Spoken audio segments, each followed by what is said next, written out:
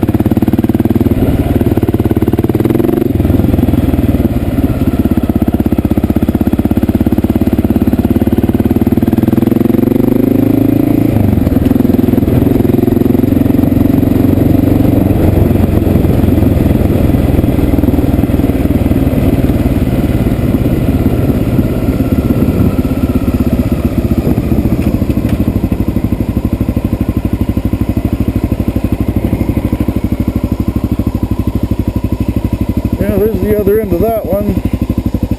Pretty overgrown. Going pretty slow over here. There could be people on bicycles or horses, people walking, kids playing. Probably not, it's a school day. And occasionally there's other quads and stuff that ride over here, so I'm going a little bit easy over here.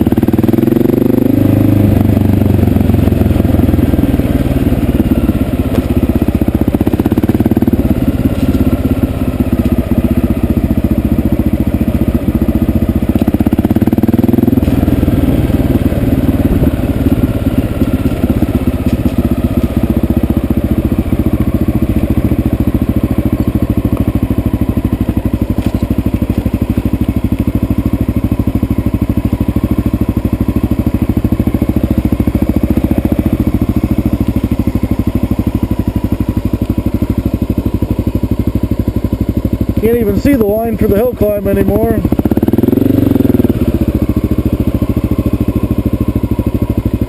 I have no idea what's at the top. I better check it out before I do it.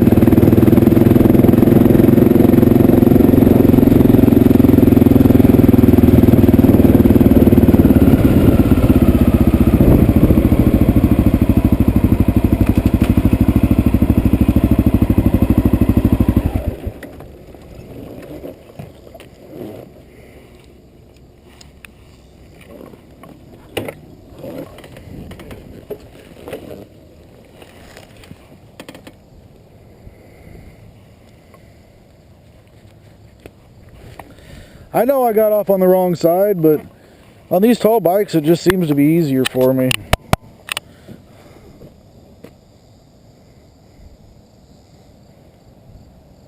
I'm a little bit short in the legs, especially for a bike with a 38-inch seat height.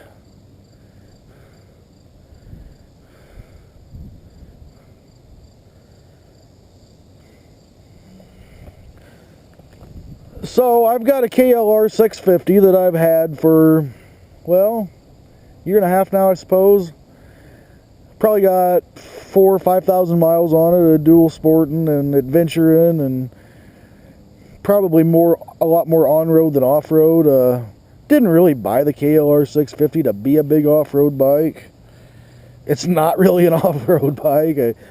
It's dirt capable. It's certainly not, in my opinion, a true dual sport. It's too heavy. So, comparing this to the XR650, I'd say this is way, way, way better of a bike for dirt. Even though I'm not getting very aggressive over here, and probably won't get very aggressive. I don't know what kind of tire this is. Is this a trail wing?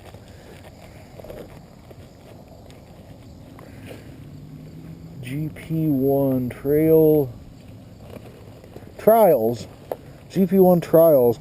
I don't like the feel of this tire, even in the, you know, just putting around in the grass. It's not a very aggressive tire. It might be a pretty good dual sport tire. It doesn't feel too bad on the road, but I don't like it in the dirt. Does not have very crisp steering. It's pretty vague. And same with the back tire. I don't really care much for that tire. I don't know if that's the same tire.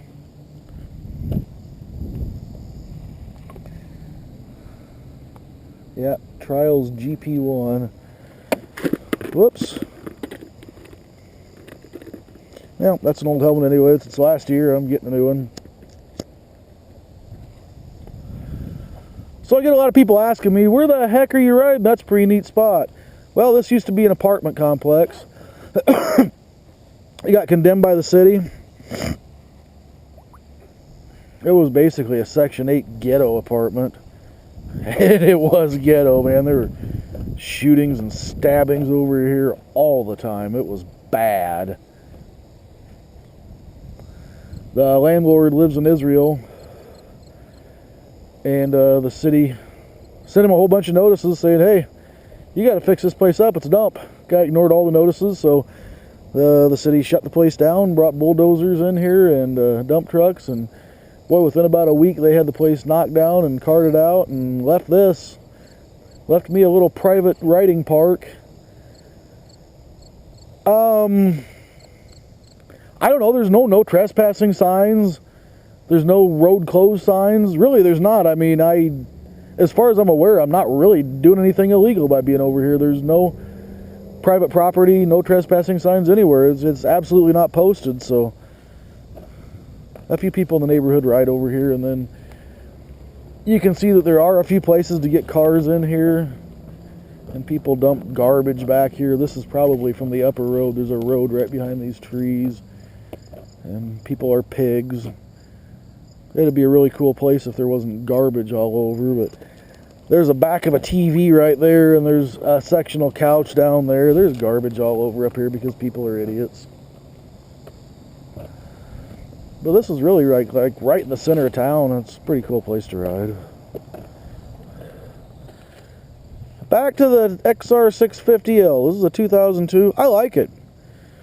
The suspension's pretty soft. Heck, I'm only 180 pounds. I got nothing on the bike as far as gear, and just on the potholes and stuff, and on some of the speed bumps over here on the old apartment roads, I bottomed out the front forks, which is pretty surprising.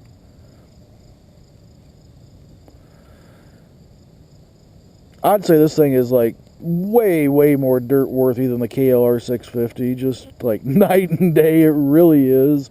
I've heard that a bunch, but I've never really ridden an XR650L. I've had a couple XR600s, which are a pain in the ass for me to kickstart, being they only weigh about 180 pounds. This one does have the magic button, which is a great feature. Suspension seems soft for as much travel as it has. A 37 or 38 inch seat height, and bottoming out just over potholes at 180 pounds seems kind of ridiculous, but yeah, it is what it is. A stock suspension. A lot of stock suspensions kind of suck. The KLR is worse than this. This is definitely better than the KLR being stock. This is a lot more comfortable than I thought it would be. I kind of expected it to be more like a XR250 or something, where you pretty much have to stand up because it's just not comfortable for putting around on. But this actually is not a bad seat at all. I really have no major complaints on the seat.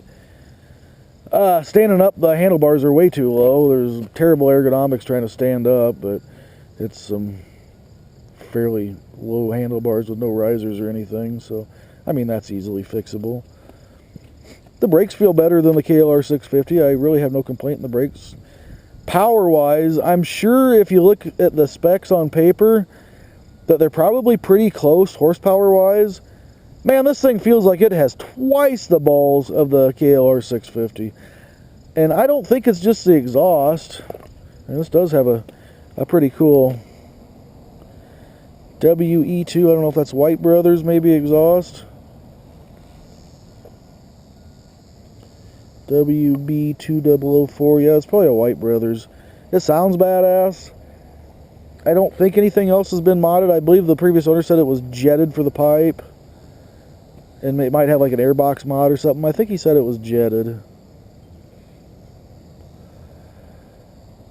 Boy, seat of the pants, this thing just is, it has way more power than the KLR650 as far as I'm concerned. I don't know. I haven't looked up the actual horsepower ratings of the two bikes and looked at them side by side, but yeah, this definitely feels more powerful. Whether or not it is, I don't know.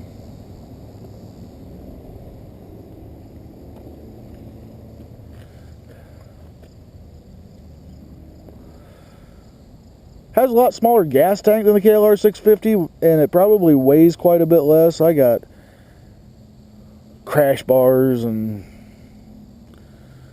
not saddlebag hangers, but well, they kind of are like the loops on the back for my saddlebag supports, I guess you'd call it. I got some added weight on my KLR650, but even when I was riding the thing without the added weight, this definitely feels lighter. And again, I haven't really looked up the difference in weight. I suspect it's probably only 20 or 30 pounds, but when you're carrying 20 or 30 pounds up high, that's actually a pretty big difference. You can certainly feel that this is much more nimble when you get into the trails and, you know, some little tight areas. The KLR650 is like a street bike on the dirt almost. It's definitely a pig. And this is probably approaching pig. It's heavy. It's definitely a big bike. Get away from me, B. It's definitely not a bike that I'd want to like really be a dedicated dirt bike for just off-road riding.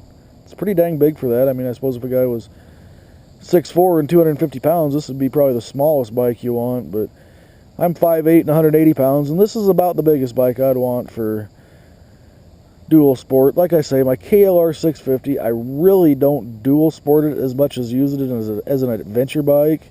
It does have knobbies. I mean, it'll go off-road, and I take it off-road, but more of exploring fire trail type of roads, dirt roads, Jeep trails, that kind of stuff, and not so much into the, well, not into the gnarly stuff at all, but not really even single track much.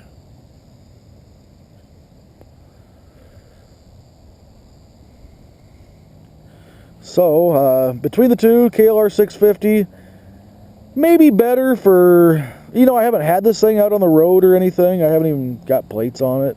I just got it not too long ago, just like a week ago.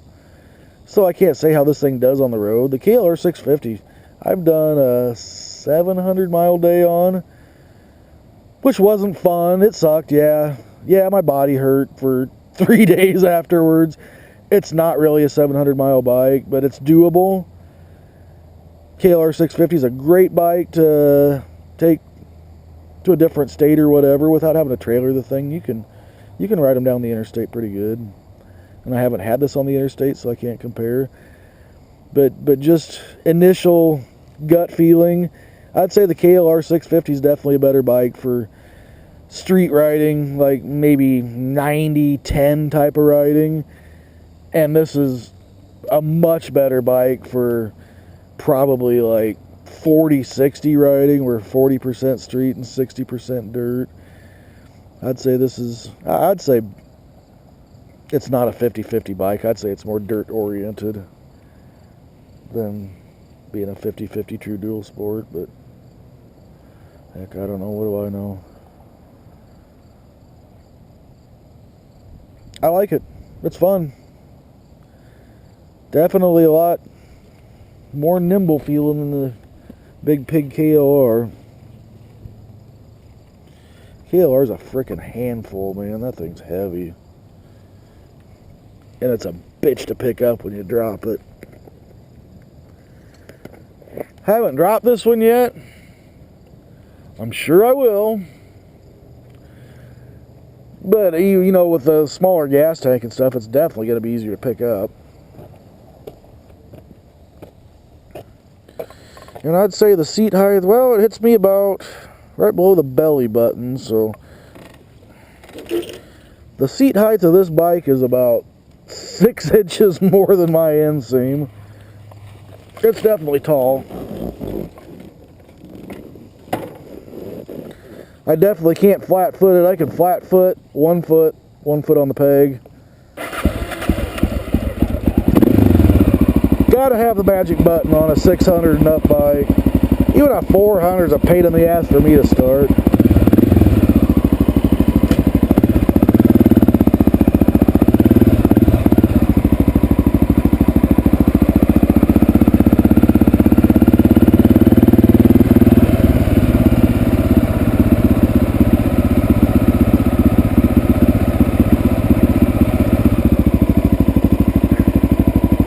And in case you're wondering, no, I did not build the ramp, and I have no idea how sturdy it is. With my luck, my 650 would probably crack it in half, and I'd crash.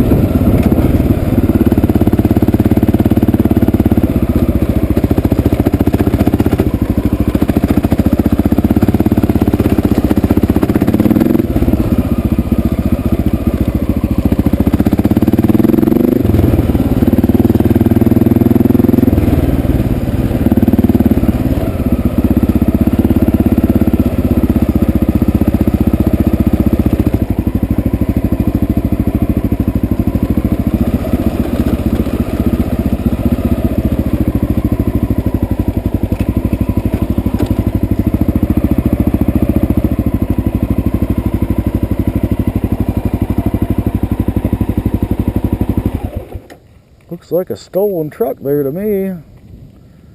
Weird. Somebody's driven it on the rims and parked it on the wrong side of the street on a dead end. So I've got my cell phone on me. Maybe I'll stop here and report it.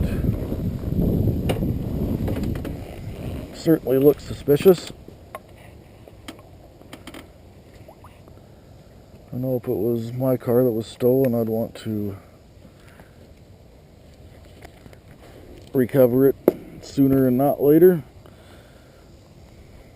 So we're gonna report a possible stolen car, and that was my little review on the XR650 or XR650L.